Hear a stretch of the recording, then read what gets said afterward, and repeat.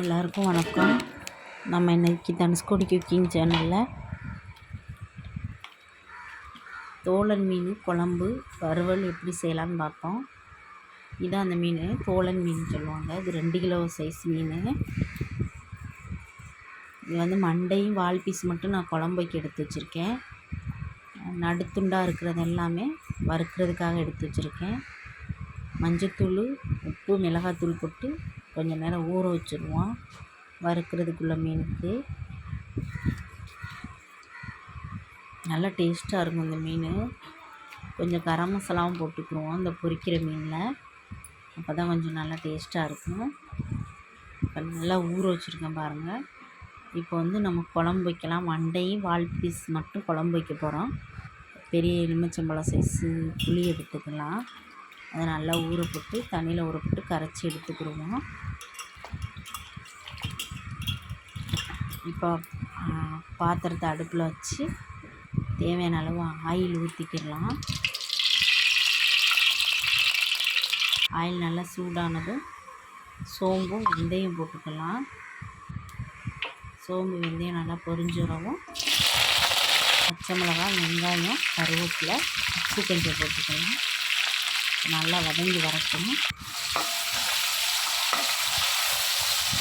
நல்லா வதங்கி வரவும் பொடி பொடியாக வச்சு வச்சுட்டு தக்காளியும் போட்டுக்கலாம். 2 தக்காளி போட்டேன்னா நல்லா பழுத்த தக்காளி 2 போட்டுக்கலாம்.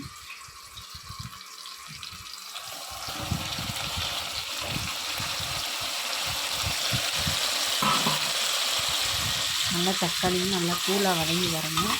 அப்போ தான் இந்த குழம்பு நல்லா டேஸ்ட்டாக இருக்கும்.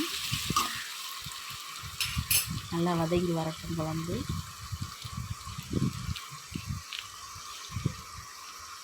இப்போ இதிலே கொஞ்சமாக மிளகாத்தூளும் போட்டுக்கலாம்.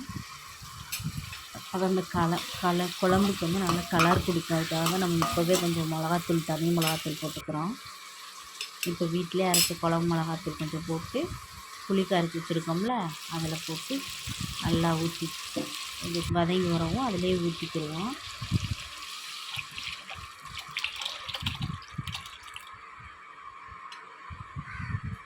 ஊற்றியாச்சு. நல்லா கலராக இருக்குது குழம்பு பாருங்கள். இப்போ நல்லா கொதிச்சு வரவும் நம்ம மீன் பீஸ்களை அதில் போட்டுக்கிடலாம்.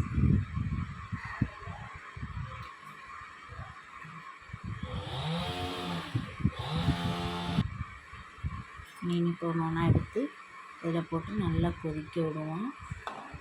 நல்லா கொதிச்சு வரட்டும்.